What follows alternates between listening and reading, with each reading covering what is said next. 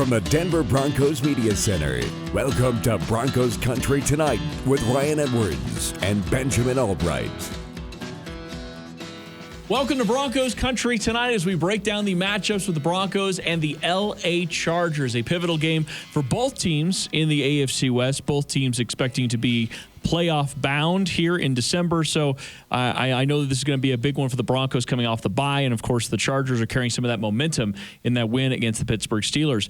Now, let's start on the defensive side of the ball for the Broncos, because I think that that's the matchup everybody wants to see. What is this Chargers offense going to be able to do? And especially knowing that the Broncos defense has had some up and down performances. Starts for me, at least with that right side of that offensive line for the LA Chargers between Norton and Michael Schofield there at guard. They seem to be the spot that tend to give the Chargers the most problem. Yeah, they've certainly been the worst so far this year. I got to thinking about it a little bit last night. Initially, I was like, we should load up that side and just attack it. Really, now I'm kind of thinking the opposite. If they can be handled one-on-one with Draymond Jones and Malik Reed, maybe focus all the attention on the other side and see if that can help get some more pressure back there on Justin Herbert. You're going to need to get him off his spot. The problem when you get Justin Herbert off his spot, he's got enough arm to compensate for that. So you need to just... And he scrambles. Right, and you need to contain him. You need to keep him in the pocket, and then you need to bring him down. And that's the tough thing. He's a big guy. He's a strong guy. He's got a strong arm. And, it's tough to... If it were easy to stop him, teams would be easily stopping him, and they aren't. Yeah, he's had mostly good performances. He had a few tough ones. The Baltimore Ravens game comes to mind where he did really struggle in that game. And honestly, over the last 5, he's got 9 touchdowns and 5 interceptions, which is, kind of middling kind of numbers. I mean, certainly for Broncos quarterbacks over the last several years, you take it. But for him, who's been just spectacular over the first couple of years, it's certainly showing maybe a couple of flaws in there. What are you noticing on how teams are playing Justin Herbert and what has he done in the second year? Maybe that is a bit of a surprise for you. Well, he's not thrown to the deep middle of the field anymore. They used to run those PA shot plays last year, and he took advantage of teams over the middle of the field. Just the new offense just doesn't do that. They've struggled at times. This new offense, David Lombardi has brought over a variant of what the Saints do, and they have struggled at times. It's mostly stuff that's outside the numbers and going towards the sideline. I don't think that Herbert has regressed per se, but he's not. I don't think he looks quite as good as he did last year with all that time to throw because of max protect, and play action. He's still taking advantage of teams. He still zips the ball in there with incredible velocity. He's still a great quarterback. It's going to be interesting since both these defenses are very similar, and he gets to go against that every day in practice. If that's going to be something that gives him an advantage or a disadvantage. They are 5th in yards per play on offense. Also, they are 6th in net passing yards per game. So we know it's a high-powered offense. They don't really run the ball. I think they use some of the check-down passes as a little bit of a supplement to that. At least that's what it looked like to me. Only averaging 106 yards per game, 21st in the league. So it's not so much about the ground game in this one. It's more about the check-down passes, the short passing game that they use to supplement. At least that's the way it looked to me. Yeah, and that is part of it. They do. That's been a Charger staple since before the staff got there, though. It's just kind of an extension of the run game kind of deal. And with Austin Eckler, it makes a lot of sense.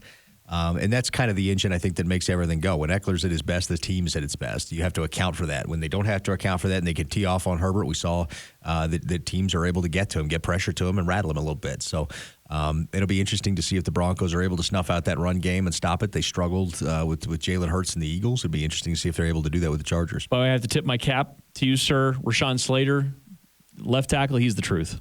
He is. I wanted him here. I wanted him as that right tackle for the Broncos going forward. He plays like 4 positions along the offensive line. He's just so good. I think if offensive linemen could be in the running for Rookie of the Year, he would definitely be in the running. Unfortunately, they generally just don't. So, he's absolutely manhandling people out there and has solidified that left side of the Chargers line for a long time to come. Then also the addition of Corey Lensley, the center there from the Packers. He was with the Packers. He's been really good for them as well. And you said Austin Eckler certainly is a guy that you're going to have to work to contain, especially in that short passing game. And then you have the 2 stud receivers in Williams and Allen.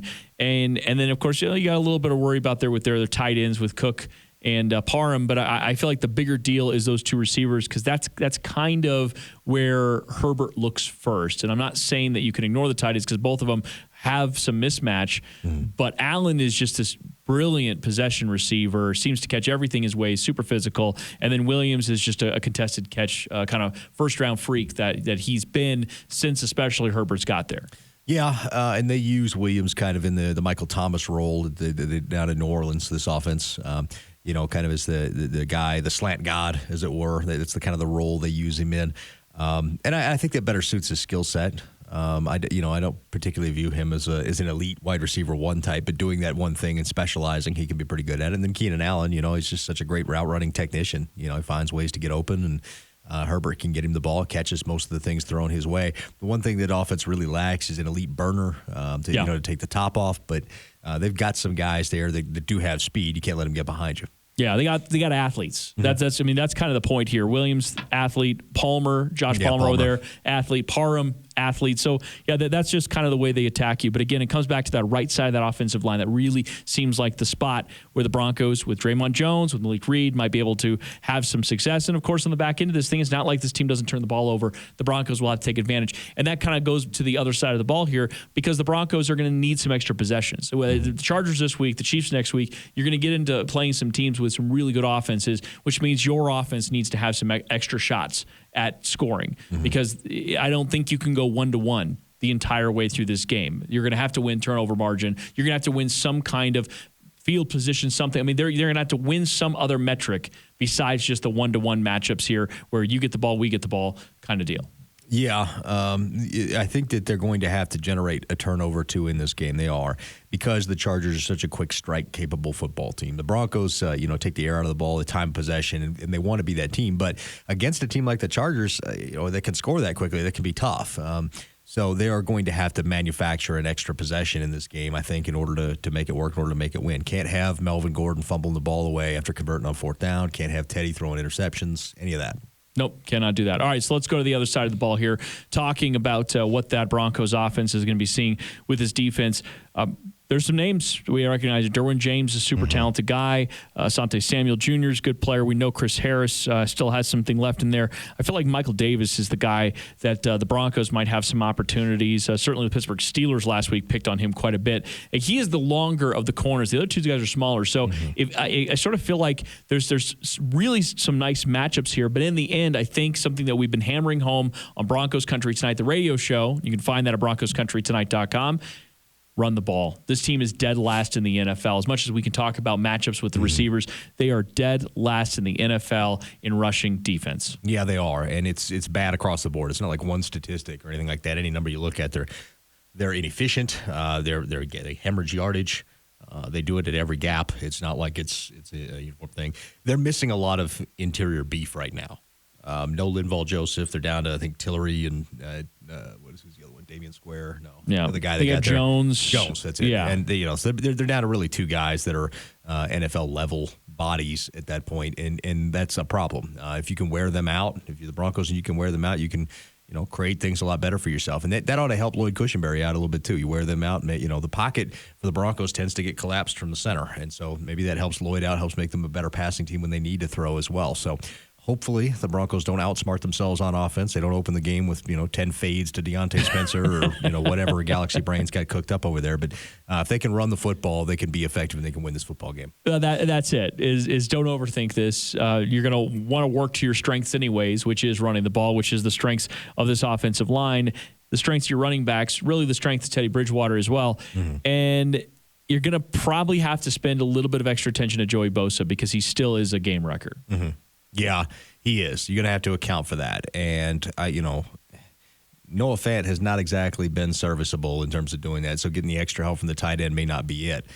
Garrett Bowles is probably out. You might get Bobby Massey back this week. So, Calvin Anderson on the left side, that'll be a big test for him. He's been a guy who's been serviceable, but he's had some misses as well. So it'd be interesting to see how that works out. Bosa is one of the premier pass rushers in the NFL, and you have to account for him. They even like to kick him inside. Yep. With the lack of big bodies that they've got, him at 285, moving him inside is he's too quick for a lot of guards and centers. That's going to be interesting to see as well. Their chess match usage moving him around. As much as I think a lot of people just sort of think the Chargers are just the much better team, really top to bottom. This isn't an impossible game for the Broncos to win, but it is a little bit of a getting back to what you do well kind of deal. And I'm hoping over the course of the bye week, that's what they learned when they did this quote-unquote deep dive is what are we good at? What do we know that we can accomplish when we take the field? And what are things that we'd like to improve on over the course of these last couple of months? Because I think that you can have a multiple conversations thing here where you say, we're good at this thing. We can do this thing very well every single time we take the field. But we know that it's not always going to be like that because other teams are going to try to shut that down. What are we going to do as our counterpunch? Sometimes it feels like the Broncos, and you said the Galaxy Brain stuff, sometimes it's almost like they get ahead of that. Yeah. They say, let's do the counterpunch first before we do our first punch. And then you're left with, okay, well, now we want to go back to the other thing, but it's not there anymore because we're already in a 2 or 3 touchdown deficit. Right. And then they abandon all the stuff and get away. Just, you don't have to do it. If you're down 2 scores, you can still stay in your game plan and try to get things back. And that's one thing that they need to know. And then the other is you don't have to be down 2 scores. Come out early and score. Don't take sacks. You're at home. You're at home. Don't take sacks on your opening drive. Come out there and put points on the board, and then you're not playing from behind from the get-go. Yeah, nearly 16% of Teddy Bridgewater's dropbacks on his first drive are sacks. To put that in perspective, that's about the same number Justin Fields has been sacked all year, leads the NFL in being sacked. It's a monstrous number, and it is dead last for a reason. And so if you just look at that from perspective, and they're not the believe it or not, they're not even the worst offense on first opening drives in the league, which is like mind-blowing considering how bad it's been in the last couple of years. But it's just something that when you get into these teams, when you get into these games, you got the Chargers, and not that they're thinking about the Chiefs, but you have to think about this perspective. You have 4 games against these 2 opponents. Their offenses that can score whenever they really want to, for the most part. Yeah, you're gonna have to learn to keep the play in front of you, bend don't break, bog them down, force them to settle for field goals, and then you're going to have to run the football and at least snag a touchdown every other possession. All right. We'll look forward to breaking this all down coming up next week. For Benjamin Allbright, I'm Ryan Edwards. Thanks for watching Broncos Country Tonight.